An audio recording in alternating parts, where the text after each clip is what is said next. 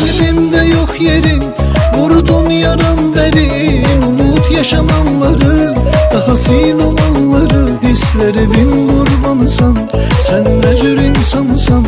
Bu da son sözüm olsun, sen zalim adamsan.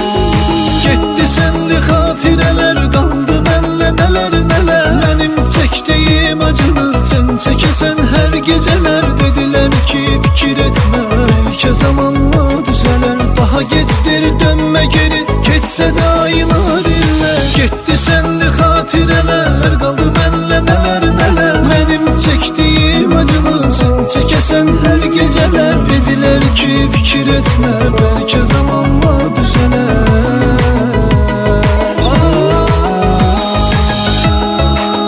Peşman olup geri dönmeyin neye yarar?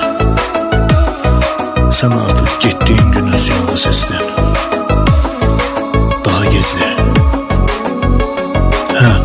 Bir de sana verdiğim değer haramın